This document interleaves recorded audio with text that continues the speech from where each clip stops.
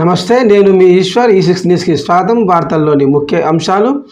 సంగారెడ్డి పట్టణంలో SV vocational junior కళాశాలలో వినియోగదారుల అవగాహన సదస్సు కార్యక్రమం నిర్వహించిన కళాశాల ప్రిన్సిపల్ మరియు కరస్పాండెంట్ అయిన రామకృష్ణారెడ్డి అధ్యక్షతన జరిగింది. ఈ కార్యక్రమానికి ముఖ్య అతిథులుగా DCIC సంగారెడ్డి చైర్మన్ మరియు తెలంగాణ యువజన సంఘాల సమితి అధ్యక్షుడు డాక్టర్ కూనవేణు మరియు సంగారెడ్డి జిల్లా తూనికలు కొలతల శాఖ అధికారి ఎం అనిల్ మరియు సంగారెడ్డి జిల్లా food inspector Amruthasri, Union Bank of India manager Sangeetha, Raj fielding fuel drafts CEO Radhakrishna మరియు రాఘవేందర్ తదితరులు పాల్గొన్నారు. మాట్లాడకపోతే భవిష్యత్తు తరం ఉండదు కనుక దయచేసి అందరూ కూడా చాలా శ్రద్ధగా వినాలని చెప్పేసి కూడా మిమ్మల్ని అందరూ కూడా చేతులు జోడించి కోరుతున్న విషయాన్ని కూడా మరొకసారి తెలియజేసుకుంటాం.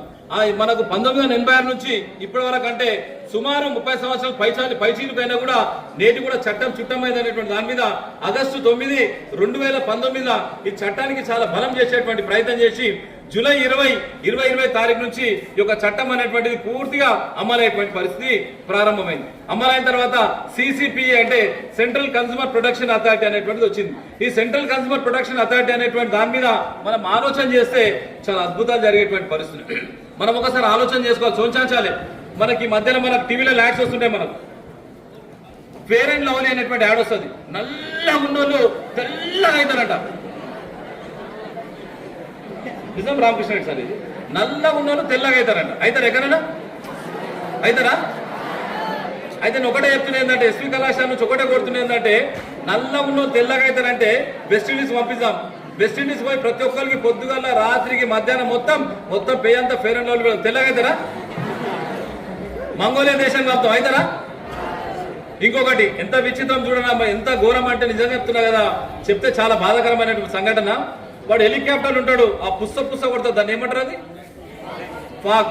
వాడేమో హెలికాప్టర్ ఉంటాడు, కిందికేసి అమ్మాయిలు పోతుంటాయి కానీ పోతారు కానీ ఇది సాధ్యమా? ఇది సాధ్యమా బెట? ఇది ఆడేమో హెలికాప్టర్ ఉంటాడు, ఆ సెంటు వాసనకు అమ్మాయిలు ఇట్లా వస్తారంటే ఎక్కడైనా వస్తారా ఇట్లా? అంటే మనం ఎంత ఉల్లు బనాస్తున్నాం లేదా? ఈ మధ్యలో ఇంకొక ఆయిల్ వచ్చింది. ఏం ఆయిల్ వచ్చింది? నెత్తికి పెట్టుకుంటాను మొత్తం వెంటనే భూమికి తాకుతుంటాయండి. తాకుతాయి కదా, తాకుతాయా? పోని భూమికి తాకుతాయి అనుకుందాం. చేసేపటికి లారీలు కూడా గుంజుతున్నారు, దాంతో గుంజుతారా? లారీలు గుంజుతారా? ఈ మధ్యలో ఒక సోప్ వచ్చింది. సోప్ పెట్టుకుంటారంట మొత్తం కాంతివంతం అవుతుందంట శరీరం మొత్తం. అయితే కాంతివంతం అవుతుందా? ఈ మధ్యలో చిన్న పిల్లలు అన్ని మొత్తము బిర్యానీ తినేసుకోగానే దుప్పుకున్న ఒకటి వస్తుంది, తెల్లగా అయిపోతుంది. డిటర్జెంట్ అయితే వస్తుంది అది. ఏం డిటర్జెంట్ అది? అయితే సాధ్యమా అది? చెప్పుకుంటూ పోతే బెట చాలా విషయాలలో మనం మోసం చేస్తున్నాక మనం ఇట్లే మోసపోదామా, దీని మీద మనం ఏమైనా ప్రశ్నిద్దామనేటువంటి దాని మీద మిమ్మల్ని అందరినీ కోరడానికి ఈ కార్యక్రమాన్ని ఏర్పాటు చేసుకున్నాం విషయాన్ని కూడా మీ అందరికీ తెలియజేసుకుంటాం. ఇంకొక హీరో ఉంటాడు, ఆ బుర్జు ఖలీఫా ఎక్కి తుప్పుకున దిగి డ్రింక్ అనేటువంటి పెడతా. ఏం డ్రింక్ అది? ఏం డ్రింక్ అది? దమ్ములో డ్రింక్. దమ్ము వస్తుందా? డ్రింక్ దమ్ము వస్తుందా? ఏమొస్తుంది చెప్పాలా? దగ్గు దమ్ము వస్తుంది. ఏమొస్తుంది? ఇంకోటి బూస్ట్ అనేటువంటి దాన్ని చూస్తుంటాం. మనం యాడ్ చూస్తుంటాం కదా, మన మొత్తం ఎనర్జీ బూస్ట్ అవుతుంది ఎక్కడ. ఇంకోటి మధ్యలో మనం చూసాం, బర్గర్ తినండి, ఇంకోటి పిజ్జా తినండి, దాని తర్వాత చికెన్ తినండి, మొత్తం ఇట్లా ఆనందంగా స్వర్గంలో తేలుతుంటాడు. తేలుతారు ఎవరన్నా? తేలుతారా అమ్మా? సాధ్యమా ఇది? సాధ్యమా? మీరు కాఫీ తాగండి, మొత్తం ఎక్కడో అంచులో పోతారు. ఇట్లా మొత్తం ఎక్కడ హిమాలయ పర్వతం అంచులా పోతామా మనం? పోతామా?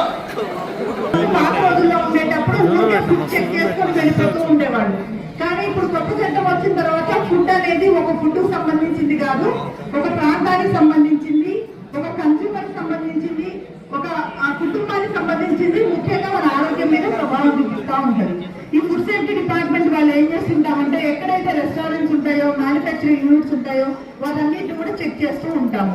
జనరల్ గా మనందరం చేసే పని.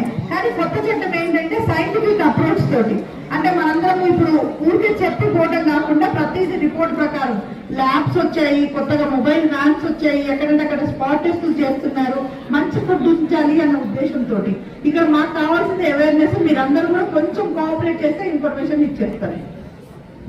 ఫుడ్ సేఫ్టీ డిపార్ట్మెంట్ వాళ్ళని ఏం చేస్తామంటే ఫుడ్ ని టెస్ట్ చేసి ఎవరైతే నాణ్యత పాటిస్తున్నారో, క్వాలిటీ ఫుడ్ ఇస్తున్నారో వాళ్ళందరికీ కూడా మేము ఒక సర్టిఫికేట్ ఇష్యూ చేయడం అవుతుంది. సార్ చెప్పినట్టు ఒక అధికారి స్టాంప్ వేస్తే ఎలా ఉంటుందో ఫుడ్ సేఫ్టీ డిపార్ట్మెంట్ వాళ్ళకు కూడా FSSAI అని ఒక సింబల్ ఉంటుంది, దాని కింద ఒక లైసెన్స్ నెంబర్ ఉంటుంది. వాళ్ళు మాత్రమే లీగల్ గా మనకు వ్యాపారం చేస్తున్నట్టు. మీరు ఎక్కడైనా ఫుడ్ ని బయట అమ్ముతున్నప్పుడు ఈ సింబల్ ఏదైతే ఉంటుందో FSSAI అన్న సింబల్ ఉంటుందో ఆ సింబల్ లేని ప్రోడక్ట్ ని ఎవరు కొనకూడదు, తీసుకోకూడదు.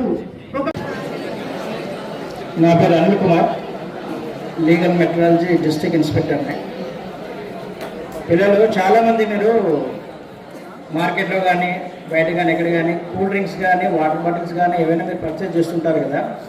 ఇప్పుడు ఇంతమందిలో ఎవరైనా ఈ వాటర్ బాటిల్స్ కానీ కూల్ డ్రింక్స్ కానీ అమ్ముతున్నప్పుడు ఆ వాటర్ బాటిల్స్ పైన MRP ఎవరైనా చూసారా ఎంత ఉంటుంది అనేది? ఒకసారి చేతులెత్తండి అందరూ.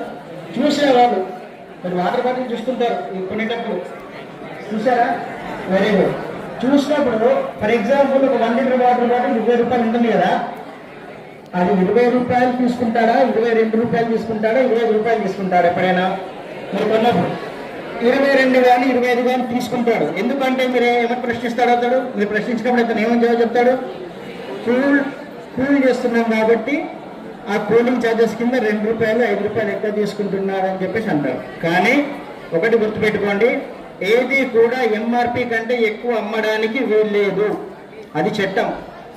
ఏదైనా సరే, ఏదైనా ప్యాకేజ్ ఫామ్లో ఉన్న ఏదైనా సరే MRP కంటే ఎక్కువ అమ్మడానికి వీల్లేదు. అలా కనుక అమ్మితే ఏం చేయాలి మరి? అవునా పిల్లలు? ఎక్కడైనా కానీ MRP కంటే, ఫర్ ఎగ్జాంపుల్ మీరు కురుకురే తీసుకుంటారు, చిప్స్ ప్యాకెట్ తీసుకుంటారు, వాటిపైన MRP ఉంటుంది, దానికంటే ఎక్కువ అమ్మితే ఏం చేయాలి? ఇంకొకటి, మీరు ఎప్పుడైనా ఇటువంటి తీసుకున్నప్పుడు డేట్ ఆఫ్ ప్యాకింగ్ చూస్తారు ఎవరైనా? తప్పకుండా డేట్ ఆఫ్ ప్యాకింగ్ చూడండి. ఎందుకంటే అవి తినే పదార్థాలు, ప్రతిదానికి ఒక ఎక్స్పైరీ డేట్ ఉంటుంది. ఆ దానికంటే ఎక్స్పైరీ డేట్ దాటిన తర్వాత తీసుకుంటే మాత్రం మనకే అనారోగ్యం. గుర్తుపెట్టుకోండి. పర్టికులర్గా ప్రతి ఒక్క విద్యార్థి మీరు ఇక్కడ గమనించాలి.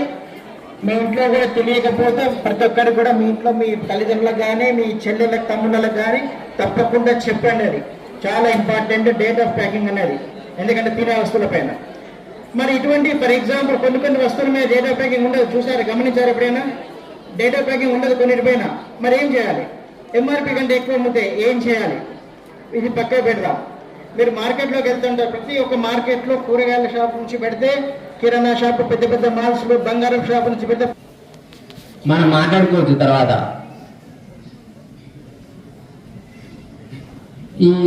ఇందాక ఈ ప్రోగ్రామ్ యొక్క ముఖ్య ఉద్దేశం, మనం ప్రతి ఒక్కరు కూడా చాలా ప్లేస్లలో వస్తువులు కొంటూ ఉంటాం, అదేవిధంగా షాపింగ్ చేస్తూ ఉంటాం.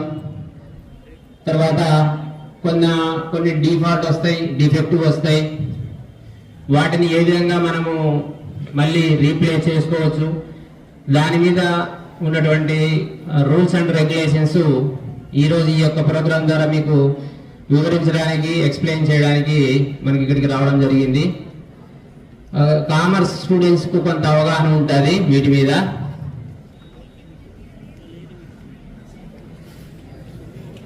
కొన్ని ఆఫర్స్ పెడతా ఉంటారు, 50% ప్లస్ 50% అండి. 50% ప్లస్ 50% అంటే ఏంటి?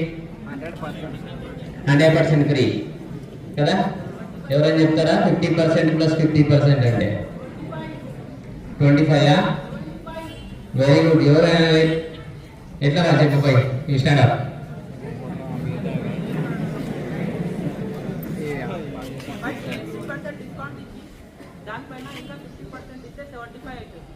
అదే ఫస్ట్ సపోజ్ 100 రూపీస్ కొన్నాము అంటే అందులో 50% అంటే ఎంత? 50 రూపీస్. మళ్ళీ ప్లస్ 50% అంటే అందులో ఎంత? 25. మనకు వచ్చే ఎంత పర్సెంటేజ్?